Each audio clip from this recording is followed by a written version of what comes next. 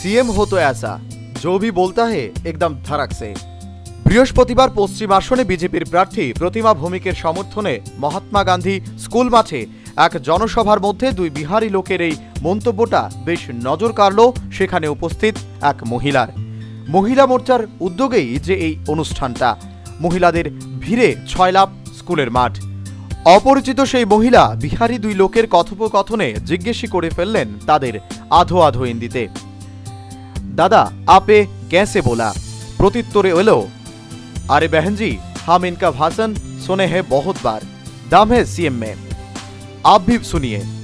मुहूर्तेर मध्येई मन्त्रे Allen मुख्यमंत्री बिप्लब कुमार देब। तिनि पश्चिम आसनेर प्रार्थी संगे प्रधानमंत्रीर जय निश्चित करतेई बोलेन, भारतवर्षे मजबूर सरकार जखनी हयेछे तखनी भ्रष्टाचारे भरे गेछे देश। भारते मजबूर सरकार হয়েছে আর মজবুর সরকার যখনই হয়েছে তখন ভারত ভ্রষ্টাচারে ডুবে গেছে। এবং চন্দ্রশেখরের সময় এই কংগ্রেসই সাপোর্ট দিয়ে রেখেছিল, 50 না 52টি সিট ছিল লোকসভার, আর তাকে বসিয়ে দিয়েছে।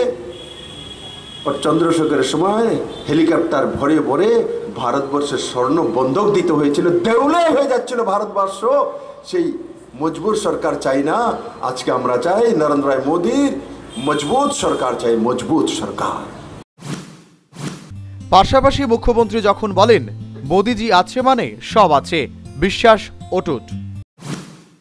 ত্রিপুরা মডেল স্টেট হবে, মোদি আছে তো ভারতবর্ষ সর্বশ্রেষ্ঠ দেশ হবে, প্রমাণিত হয়ে গেছে। জনসভার মধ্যে আবারও সেই দুই বিহারি লোক জিগির দিয়ে বললেন, শাবাশ सीएम শাবাশ, शेर के घर में शेर ही बुलंद आवाज निकल सकता है। এদের সেই ভরসার অপরিচিত মহিলাও তুললেন জনসভায় এক বিকট আওয়াজ, মুখ্যমন্ত্রী সত্যি তোমার কোনো বিকল্প নেই, আপনার দেওয়া ভরসাতেই লড়ব আমি আর আমরা। এবার একসঙ্গে জিগির বাকি সব মহিলাদেরও, মোদি মোদি মোদি। শেষ অভয় দিলেন মুখ্যমন্ত্রী আরো দারুণভাবেই।